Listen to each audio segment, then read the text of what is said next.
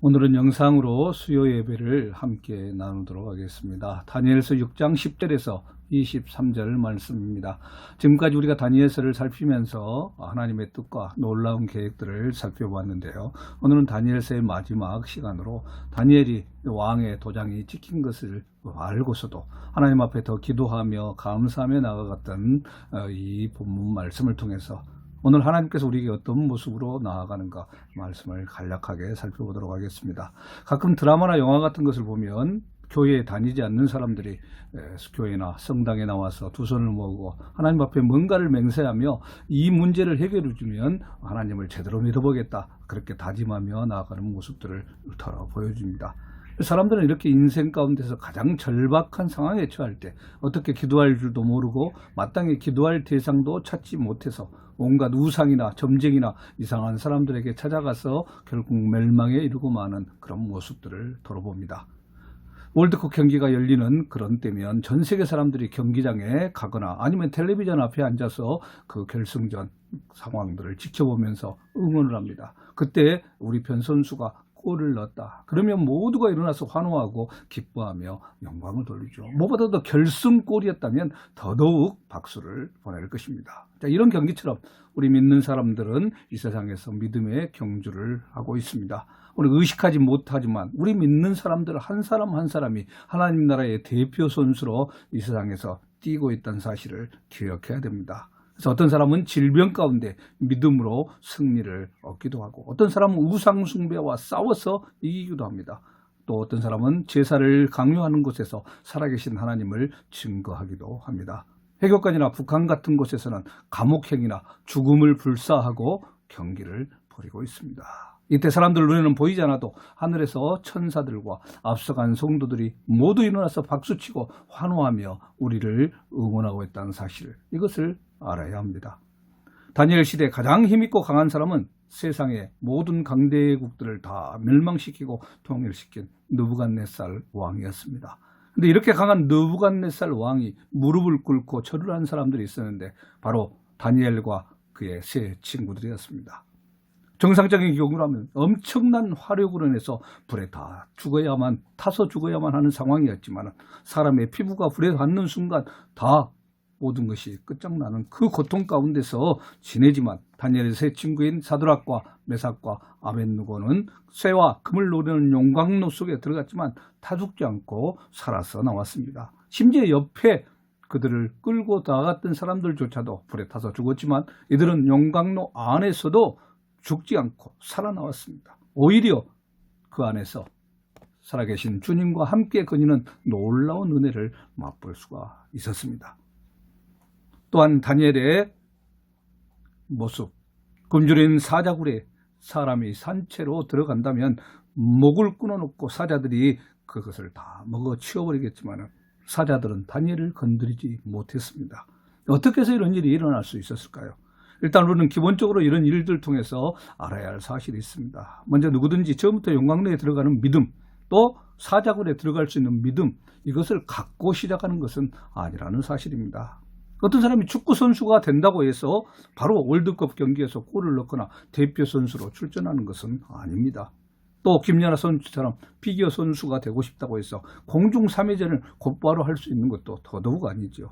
이런 일들을 행하기 위해서는 끊임없는 연습과 또 실전과 수많은 노력을 기울여서 대표 선수로 발탁이 되어지고 그 후에도 계속된 연습을 해야 가능한 일들입니다. 당연히 다니엘과 세 친구 또한 처음부터 용광로에 들어갈 믿음을 가졌던 것도 아니고 사자굴에 들어갈 수 있는 신앙을 가졌던 것도 아닙니다. 평소에 그러나 하나님께서 그들을 통해서 놀라운 훈련을 시키셨고 그 훈련을 통과했었다는 것을 그래서 우리는 미루어 짐작할 수 있습니다. 보통 사람들은 하나님을 믿는 이유가 내가 잘되기 위해서, 복받기 위해서라고 이야기합니다. 이런 사람들은 하나님을 믿는다는 이유로 붙잡혀서 두들겨 맞고 고문을 당하고 심지어 죽음을 당하는 것이 이해되지 않을 것입니다. 요즘 같으면 코로나19에 걸려서 힘들어지는 이런 경우가 또 같다고 할 수 있겠죠. 왜 예수를 믿으면서 이런 병에 걸리느냐 그렇게 생각할 수 있습니다. 우리나라에 예수 믿는 사람들이 정말 많지만 많은 사람들이 근데 취미생활, 신앙 이런 모습을 운동하는 것처럼 그렇게 하는 경우들을 다뤄봅니다. 이런 사람들은 일단 기본적인 열심이 있기 때문에 취미생활을 하듯 운동을 하듯 열심히 교회 생활도 합니다. 회비를 내듯 헌금도 내고 봉사도 하고 성경 공부에도 참여합니다. 그러나 신앙이 내 생활의 전부라고 생각하지는 않습니다. 자, 이런 때 우리는 세상적인 것들을 다 내려놓고 하나님의 말씀을 지키는 훈련을 해야 됩니다. 때때로 하나님의 말씀을 들으면 금전적인 손해를 감수하기도 해야 되고, 때로는 가정에서 어려움을 겪기도 하고, 때로는 직장에서 왕따를 당하는 상황 가운데서도 하나님의 말씀을 믿는 그런 경우들이 있습니다. 이런 훈련을 통할 때 하나님의 말씀은 그냥 듣기 좋은 취미나 운동 같은 그런 선택 사항이 아니라 우리 삶의 최우선이 되는 살아있는 능력의 말씀이라는 것을 체험하게 됩니다. 이런 과정들을 거친 이후에 하나님은 놀라운 능력으로 함께 주시는 겁니다. 이렇게 다니엘과 세 친구가 죽을 각오를 하고 하나님의 말씀을 지켰을 때 확실하게 살 수 있는 체험을 했습니다. 이게 모든 위기를 이기는 비결입니다. 세상 사람들은 위기가 닥친 후에 하나님 앞에 살려달라고 부르짖고 기도하지만 우리는 평상시에 하나님 앞에 기도하며 하나님의 응답을 받는 훈련들을 계속해서 나아가는 것입니다. 그럴 때 정말 생명의 위협 앞에 섰을 때 하나님께서 분명하게 도와신다는 믿음의 보장, 이것을 가지고 살아나갈 수 있을 것입니다. 다니엘과 세 친구 앞에 먹는 음식의 테스트가 끝난 후에 죽음의 위기가 닥쳤습니다. 그것은 느부갓네살이 자기가 잃어버렸던 그 꿈의 내용과 또 해석까지도 알게 해달라는 것이었습니다. 바벨론의 모든 박수들, 점쟁이들, 지혜자들에게 이것을 명령을 내렸지만 알지 못했습니다. 그래서 다 세 친구가 또 다니엘과 모든 사람들이 죽게 되었던 그 상황 가운데서 하나님께서는 놀랍게 다니엘을 통해서 그 꿈을 보여주셨고 또 이것을 통해서 해석할 수 있는 능력의 자리로 이끌었습니다. 다니엘과 세 친구는 하나님 앞에 이것을 기도하며 나아갔습니다. 그래서 응답받을 수 있었던 것입니다. 그 후에 또 다니엘과 세 친구에게 위기가 닥쳤습니다. 다니엘 왕이 큰 신상을 세워놓고 거기에 절하지 않는 사람들은 용광로에 다 넣어버리겠다, 그것이었죠. 영원히 계속될 줄 알았던 바벨론 제국, 예레미야 선지자가 예언한 대로 이스라엘이 포로로 잡혀간 지 70년 만에 망하고 새로운 시대 메데아와 페르시아 제국이 세워졌습니다. 근데 메데아 페르시아 제국은 다른 나라의 종교에 대해서 우호적인 정책을 썼기 때문에 고레스 왕은 유대의 백성으로 하여금 본국으로 돌아가 예루살렘 성전을 건축하도록 직서를 내렸습니다. 근데 사탄은 이것을 그냥 두지 않았습니다. 다니엘을 시기하는 사람들을 통해서 다니엘을 올무에 빠지게 하고 죽일 수 있는 방법을 연구했습니다. 결국 다니엘을 시기하고 미워했던 사람들은 다니엘을 죽일 수 있는 방법을 찾아내는데 그게 바로 하나님 앞에 기도하는 것, 바로 그것이었습니다. 날마다 하루에 3번씩 예루살렘을 향해서 기도하는 다니엘, 이것을 붙잡지 않고는 아무것도 해결될 수 없다는 사실을 그들은 알고 그것을 공략했습니다. 다니엘이 워낙 깨끗한 사람이었기 때문에 악한 자들이 금전이나 다른 문제를 가지고는 다니엘을 고소할 수 없었기 때문입니다. 1절 2절 말씀을 보시면 다리오가 자기의 뜻대로 고관 120명을 세워 전국을 통치하게 하고 또 그들 위에 총리 셋을 두었으니 다니엘이 그 중에 하나이라. 이는 고관들로 종에게 자기의 직무를 보고하게 하여 왕에게 손해가 없게 하려 함이었더라. 바벨론 제국 때도 다니엘은 관리로 중용이 되었었는데 이 다니엘을 다리오가 다시 총리로 기용을 합니다. 그래서 메데와 페르시아 세 총리 중에 한 사람이 되었습니다. 우리가 기본적으로 알아야 할 사실은 이 다리오가 쿠데타로 바벨론을 멸망시키고 메데와 페르시아 제국을 세웠기 때문에 그에게 충성했던 가신들이 있었다는 사실입니다. 정권을 잡은 다리오와 함께 그 가신들은 뭔가를 취하려고 온갖 이익을 차지하려고 요직을 점령을 하고 또 계략을 꾸몄죠. 물질로 보상받기를 원했을 겁니다. 그런데 이런 부정부패를 방지하기 위해서 다리오 왕은 바벨론의 신하였던 다니엘을 세 총리 중에 한 명으로 선택을 해서 부하들을 견제하게 한 것입니다. 눈에 가시였죠, 쉽게 말하면. 그리고 정말 다니엘은 왕에게 손해가 없게 하도록 만들었습니다. 3절 4절 말씀입니다. 다니엘은 마음이 민첩하여 총리들과 고관들 위에 뛰어남으로 왕이 그를 세워 전국을 다스리게 하고자 하니라. 이에 총리들과 고관들이 국사에 대하여 다니엘을 고발할 근거자를 찾고자 하였으나 아무 근거 아무 허물도 찾지 못하였으니 이는 그가 충성되어 아무 그릇됨도 없고 아무 허물도 없음이었더라. 다니엘을 세 총리 중에 하나로 쓴 것은 성공적이었습니다. 신하들이 부정부패를 저지를 수 없었고 모든 것이 왕에게 유익되게 돌아갔기 때문입니다. 그래서 세 총리 중에 가장 높은 총리로 다니엘을 세우려고 했는데 신하들이 당연히 반발할 수밖에 없었습니다. 그래서 다니엘을 미워하고 시기했던 사람들은 다니엘의 기도를 걸고 넘어지기로 했습니다. 계략을 짜는 왕의 신하들이 먼저 다리오 왕을 찾아가서 엄청나게 왕을 위해 주는 것처럼 하면서 새 법을 하나 만들자 말합니다. 그것은 모든 사람들에게 30일 동안 왕 외에는 다른 신이나 사람에게 기도하지 못하게 하자는 것이었습니다. 7절입니다. 나라의 모든 총리와 지사와 총독과 벽관과 관원이 의논하고 왕에게 한 법률을 세우며 한 금령을 정하실 것을 구하나이다.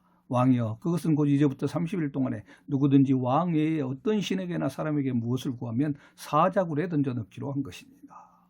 왕을 위하는 것 같았지만 실제로는 다니엘을 죽일 궁리를 찾고 있던 계략이었습니다. 그래서 신하들은 이 법을 왕도 고치지 못하도록 확실하게 못을 받습니다. 8절 9절 그런즉 왕이 왕관대 금령을 세우시고 그 조사에 왕의 도장을 찍어 메대와 바사에 고치지 아니하는 규례를 따라 그것을 다시 고치지 못하게 하옵소서 하며 이에 다리오 왕이 조사의 왕의 도장을 찍어 금령을 내니라. 다니엘을 확실히 제거할 수 있는 함정을 파는데 성공했습니다. 왕도 이 법을 고치지 못하도록 만들어놨습니다. 결국 사탄이 원하는 것 이것입니다. 진실된 하나님의 백성들을 세상에서 없애는 것이죠. 그러나 이 세상은 마귀의 세상이 아니라 하나님 나라의 세상입니다. 마귀가 하나님의 백성에게 신앙을 버리지 않으려면 죽어라 하는 것은 감히 하나님 앞에 도전장을 내는 것과 마찬가지입니다. 다니엘은 새로운 법이 반포되는 것을 알았음에도 불구하고 다시 한번 끝까지 신앙을 변치 않고 하나님 앞에 기도합니다. 오히려 창문을 열고 3번씩 기도하면서 하나님 앞에 감사함으로 나아갑니다. 10절입니다. 다니엘이 조세 왕의 도장에 찍힌 것을 알고도 자기 집에 돌아가서는 윗방에 올라가 예루살렘으로 향한 창문을 열고 전에 하던 대로 하루 3번씩 무릎을 꿇고 기도하며 그의 하나님께 감사하였더라. 한 걸음 더 나아가 감사의 자리로 들어갑니다. 어떻게 될지 모르지만 지금은 살아서 하나님 앞에 기도할 수 있다는 이 사실이 감사한 것입니다. 생명을 지키기 위해서 나아가는 삶이 아니라 하나님을 더 바라보고 신뢰하는 믿음으로 나아갑니다. 코로나19가 장관하고 있는 이때 우리가 어떻게 하나님 앞에 설 것인가, 이렇게 영상으로 예배를 드린다는 사실도 참으로 안타까운 일이지만 우리는 얼마든지 하나님 앞에 교회에 나와서 예배할 수 있지만 다른 이들 생각에서 이렇게 하고 있습니다. 저와 제 아내는 내일 아침부터 다시 새벽 기도회를 둘만이라도 시작을 하려고 합니다. 여러분에게 참석하라 말씀하는 것이 아니라 각자의 위치 가운데서 그렇게 예전과 동일하게 더 기도해 나가기를 바라는 마음입니다. 13절 말씀입니다. 그들이 왕 앞에서 말하였되 왕이 사로잡혀온 유다 자손 중에 다니엘이 왕과 왕의 도장에 찍힌 금령을 존중하지 않냐고 하루 3번씩 기도하나이다 하니 3번씩 기도하는 것을 이들은 쳐다보고 알고 있었습니다. 다리오 왕은 아차 싶었지만 그 법을 돌이킬 수가 없었습니다. 그래서 사자굴에 넣기는 넣어야 되는데 안타까운 마음으로 넣고 이렇게 말합니다. 16절 이에 왕이 명령하며 다니엘을 끌어다가 사자굴에 던져 넣은지라. 왕이 다니엘에게 이르되 내가 항상 섬기는 너희 하나님이 너를 구원하시리라 하니라. 하나님을 믿는 왕이 아니었습니다. 그러나 왕은 평소에 다니엘의 생활이 아름답고 정결하고 깨끗했기 때문에 만일 하나님이 정말 살아 계신다고 한다면 이런 신앙을 가진 사람들을 절대로 비참하게 죽게 만들지는 않을 것이다 마음을 가졌던 것입니다. 다니엘을 체포해서 사자굴에 넣게 된 신하들 신이 났습니다. 불과 며칠 전까지만 해도 자기가 총리라고 큰 소리를 지르는 사람이 이제 꼼짝 못하고 자기들 손에서 죄인이 되었기 때문입니다. 마음껏 다니엘을 갤르박에서 끌고 가고 조롱하고 욕해도 다니엘은 꼼짝할 수가 없었습니다. 그리고 다니엘을 사자굴에 집어넣습니다. 하나님을 정말 잘 믿던 다니엘, 많은 사람들의 시기를 이기지 못하고 사자굴에서 물려서 죽는다면 얼마나 비참한 모습으로 변하고 말겠습니까? 사자굴에 다니엘을 놓고 다리오 왕은 잠을 이루지 못합니다. 자기가 믿지는 않지만 하나님이 살아계시다면 다니엘을 죽지 않게 지켜줄까는 그런 기대감을 가지고 금식하며 기도합니다. 새벽이 밝아오자 왕은 사자굴로 급히 달려가서 슬픈 목소리로 다니엘을 부릅니다. 내가 항상 섬기는 너희 하나님이 너를 사자로부터 구해주셨느냐 묻습니다. 그랬더니 놀랍게도 사자굴에서 다니엘의 목소리가 들려옵니다. 하나님께서 천사를 보내셔서 사자들의 입을 막으셨으므로 사자들이 나를 해치지 못했습니다. 말합니다. 잡아먹기는커녕 건드리지도 못했습니다. 하나님의 천사가 사자들의 입을 봉했기 때문이죠. 23절에서 24절 말씀입니다. 왕이 심히 기뻐서 명하여 다니엘을 굴에서 올리라 하며 그들이 다니엘을 굴에서 올린즉 그의 몸이 조금도 상하지 아니하였으니 이는 그가 자기의 하나님을 믿음이었더라. 왕이 말하여 다니엘을 참소한 사람들을 끌어오게 하고 그들을 그들의 처자들과 함께 사자굴에 던져넣게 하였다니 그들이 굴 바닥에 닿기도 전에 사자들이 곧 그들을 움켜서 그 뼈까지도 부서뜨렸더라. 일의 진행 상황을 익히 알고 있던 왕은 다니엘을 참소하던 그들과 그 가족 처자들까지 다 뚫고 와서 사자굴에 던져넣습니다. 근데 그 몸이 땅에 닿기도 전에 사자들이 점프를 해서 사람들을 뼈째 부수어 다 먹어버리고 맙니다. 아무리 왕의 명령이 절대적이다 할지라도 왕의 그 명령 그 위에 하나님의 법이 있다는 사실을 왕은 알게 된 것입니다. 지금까지 우리는 다니엘과 세 친구의 모습을 계속해서 살펴보면서 우리가 이 세상에서 어떻게 살아가야 하는가 이것을 보았습니다. 때로는 어떻게 우리 힘으로 할 수 없을 것 같은 이 위기 상황 가운데서 어떻게 대처해야 될까를 알았습니다. 이 세상에서 믿음의 경주를 경주하고 있는 하나님 나라의 대표 선수인 우리들, 이 사실을 우리는 기억하고 나가야 됩니다. 좀 힘들다고 그냥 바닥에 주저앉아 버리거나 누가 밀친다고 누가 비방한다고 나를 시기한다고 포기하고 물러서는 것이 아니라 그러면 그럴수록 더 용기를 내서 힘차게 일어나 더 담대하게 주의 성령의 능력을 100% 발휘할 수 있도록 우리의 컨디션을 잘 조절하며 나가야겠습니다.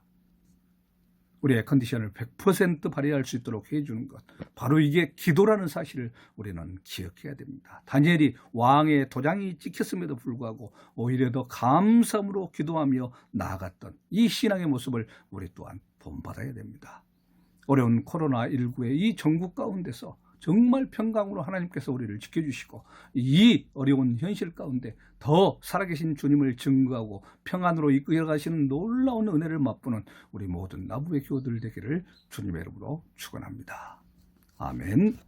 살아계신 하나님, 하나님의 특별한 사랑과 은혜가 오늘 이 코로나 전국 가운데서도 우리와 함께 하시는 것을 감사합니다. 지금까지 우리가 다니엘의 모습을 살펴보면서 또 세 친구의 모습을 돌아보면서 우리의 신앙 가운데 정말 다니엘과 이 세 친구와 같은 굳센 믿음이 있는지 다시 한번 살펴보기를 소망합니다. 언제 어떤 상황이 우리 가운데 있다 할지라도 포기하지 않게 하여 주시고 더 믿음의 경주를 힘차게 경주하며 하나님 앞에 달려가는 놀라운 역사가 우리 가운데 차고도 넘치도록 함께하게 간절히 소망합니다. 주여 우리에게 힘을 다하여 주시옵소서. 주님 우리에게 평안을 다하여 주시옵소서. 주님 우리가 코로나19를 이길 수 있는 능력의 자리로 서게 하여 주시옵소서. 세상의 모든 사람들에게 주님의 이 평강을 나누는 복음의 굳센 증인된 삶을 살아가기를 간절히 소망하고 살아계신 예수 그리스도 이름으로 기도합니다. 아멘.